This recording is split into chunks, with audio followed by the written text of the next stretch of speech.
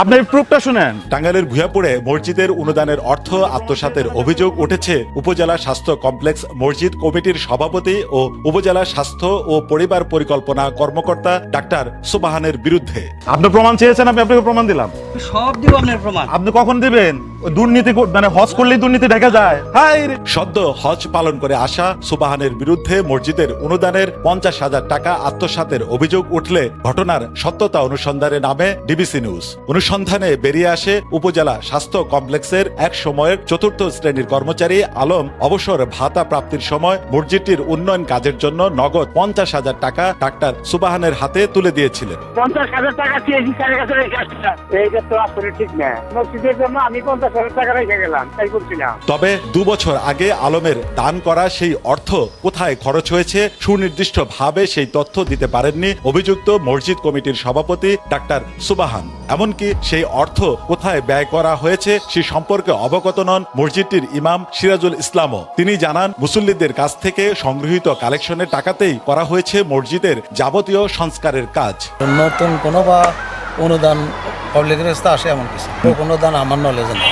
এই অনুদানের বিষয়ে জানতে চাইলে প্রথমে বিষয়টি অস্বীকার করেন অভিযুক্ত ডাক্তার সুবাহান। অনুদান দানের প্রমাণ তুলে ধরলে এক পর্যায়ে জানান কমিটির কাছে আছে সেই টাকা, কিন্তু কার কাছে সেই টাকা সে বিষয়ে তথ্য দিতে অপারগতা প্রকাশ করেন অভিযুক্ত মসজিদ কমিটির সভাপতি। পরবর্তীতে জেরার মুখে পড়ে দামি গাড়িতে চেপে দ্রুত সেখান থেকে সটকে পড়েন ডাক্তার সুবাহান। জমা আছে আমাদের যে কাজ শুরু করছি কাজ এমনকি অনুদানের বিষয়টি অস্বীকার করেন ডাক্তার সুবাহানের অনিয়মের সহচর 3য় শ্রেণীর কর্মচারী ও মসজিদটির ক্যাশিয়ার রানা মিয়া। ক্যাশিয়ার রানার উপস্থিতিতেই ডাক্তার সুবাহানের হাতে অনুদানের টাকা তুলে দিলেও বিষয়টি এখন সরাসরি অস্বীকার করেন এই কর্মচারী।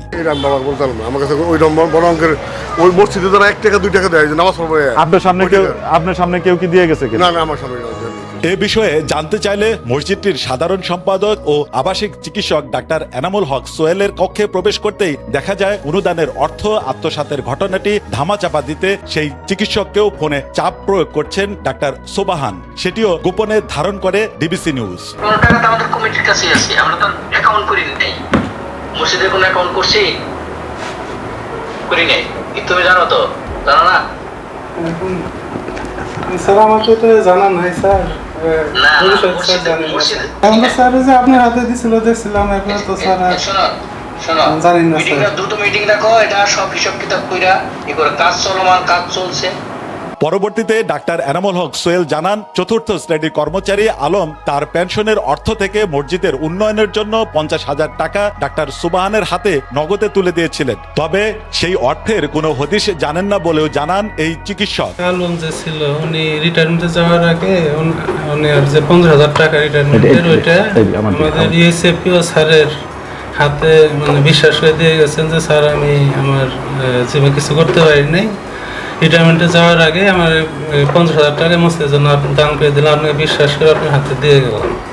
আমরা ওইটুকুই দেখছি, কিন্তু পরবর্তীতে এই টাকা আমাদের ক্যাশে, আমার জানার মতে ক্যাশিয়ার সাথে আমার আলাপ করছি, ক্যাশে জমা হয় নাই। ওইটা কি হয়েছে এই বিষয়ে আমার আসলে নলেজে নাই। উল্লেখ্য, টাঙ্গাইলের ভুয়াপুরের উপজেলা স্বাস্থ্য কমপ্লেক্সের ডাক্তার ও পরিবার পরিকল্পনা কর্মকর্তা ডাক্তার সুবাহানের বিরুদ্ধে নানা দুর্নীতি, অনিয়ম ও অর্থ আত্মসাতের তথ্য প্রমাণ সহ 10 জুলাই জেলা সিভিল সার্জনের কাছে বেশ কয়েকজন চিকিৎসক ও কর্মচারী লিখিত অভিযোগ দিলেও এখনো নেওয়া হয়নি কোনো পদক্ষেপ। আগের কর্মস্থল সখীপুরে থাকাকালীন সময়েও দুর্নীতি ও অবৈধ সম্পদ অর্জনের অভিযোগে দুদকে তার বিরুদ্ধে লিখিত অভিযোগ দেওয়া হয়েছিল বলে জানা যায়। Sohel Talukdar, DBC news, Tangail.